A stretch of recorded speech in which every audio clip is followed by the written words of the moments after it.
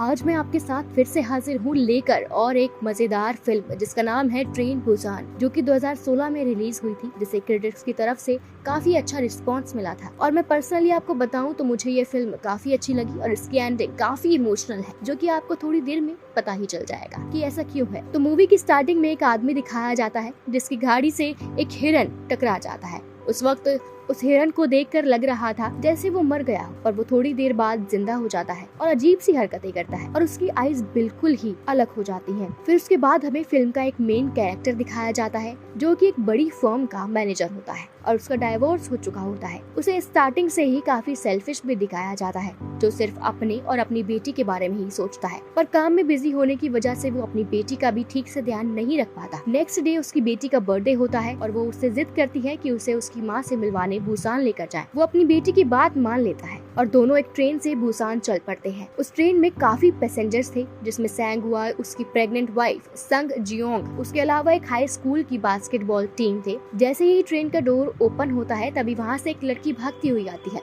जिसके पैर पर काटने का निशान था और ट्रेन में चढ़ जाती है। वहीं कुछ देर बाद वो लड़की देखते ही देखते ज़ॉम्बी में बदल जाती है और एक अटेंडेंट को काट लेती है और वो अटेंडेंट भी ज़ॉम्बी बन जाती है। इसी तरह ये वायरस काफी ज्यादा फैल जाता है, जिसकी वजह से बहुत से लोग इसकी लपेट में आ जाते हैं। ट्रेन के कुछ पैसेंजर्स उस बॉक्स को छोड़कर दूसरे बॉक्स में अपनी जान बचाने के लिए भागते हैं और वो जिस बॉक्स में जाते हैं वहाँ पर ये ज़ॉम्बी इन्फेक्शन नहीं आया था। ट्रेन की न्यूज ब्रॉडकास्ट में बताया जाता है कि ये इन्फेक्शन पूरे देश में फैल रहा है। तो जब ये ट्रेन नेक्स्ट स्टेशन पर जाती है तो सभी लोग खुद को बचाने के लिए ट्रेन से बाहर सिटी की तरफ जाते हैं। सभी एक तरफ जा रहे होते हैं, पर सीक वू अपनी बेटी को लेकर सबसे अलग साइड जाता है, खुद को इस इन्फेक्शन से सेव करने के लिए। उसने कुछ आदमी उसे प्रोटेक्ट करने के लिए बुलाए थे। तभी उसकी बेटी उसे रोकती है और पूछती है हम सबसे अलग क्यों जा रहे हैं। वो अपनी बेटी को बताता है कि यहाँ से जाकर हम सेफ हो सकते हैं। उसकी बेटी बोलती है कि मैं बाकी सबको भी बुलाती हूँ। सीक ऐसे करने से मना कर देता है। बेटी दुखी हो जाती है और उसे बोलती है कि आप सेल्फिश हो, इसी वजह से मम्मा भी आपको छोड़ गई। और वो आगे बढ़ने की कोशिश करते हैं।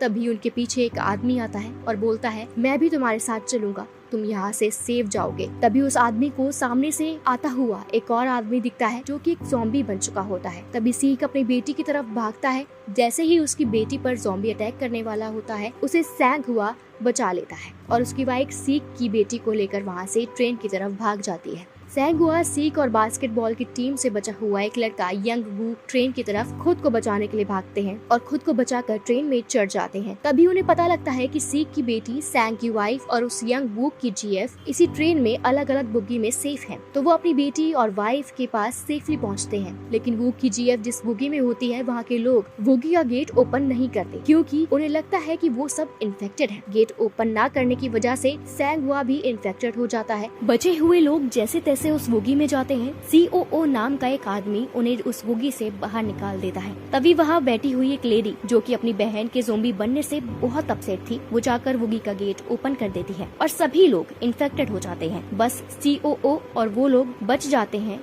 जिन्हें ये इस वुगी से निकाल देते थे, जो कि थे सीक, उसकी बेटी, यंग वूक, सैंग और सियोंग। फिर हम देखते हैं इस ट्रेन का रास्ता ब्लॉक हो जाता है, तो ड्राइवर उन्हें बताता है वो दूसरी ट्रेन से बुसान जाएंगे। तो बचे हुए लोग दूसरे प्लेटफॉर्म की तरफ जाते हैं और दूसरी ट्रेन की तलाश में वो सब एक दूसरे से बिछड़ जाते हैं। और इसी बीच यंग वूक, उसकी जीएफ भी इन्फेक्शन का शिकार हो जाते हैं। तभी COO, जो कि काफी सेल्फिश था, जिसकी वजह से काफी लोग इन्फेक्शन का शिकार हो चुके थे, वो खुद को बचाने के लिए ट्रेन ड्राइवर को भी ज़ॉम्बीज के हवाले कर देता है। अब लास्ट में सीक और उसकी बेटी और संग जियोंग ही बचते हैं और खुद को बचाने के लिए वो एक चलते हुए इंजन में जा पहुंचते हैं। वहाँ उन्हें लगता है कि अब वो सेफ हैं। तभी सीक को इंजन में COO मिलता है, जो कि इन्फेक्टेड हो चुका होता है। अपनी बेटी और संग जियोंग की सेव करने के लिए सीक COO से लड़ता है और उसे इंजन से नीचे फेंक देता है और इसी बीच COO सीक को हाथ पर काट लेता है। अब सीक भी ज़ॉम्बी में बदलने वाला ही होता है, तो वो अपनी बेटी और संग को सब कुछ समझाकर खुद सुसाइड कर लेता है, जिससे उसकी बेटी और संग सेफ हो जाते हैं। सुसाइड करते टाइम सीक काफी इमोशनल दिखता है और अपनी बेटी के साथ इमोशनल मोमेंट्स याद कर रहा होता है।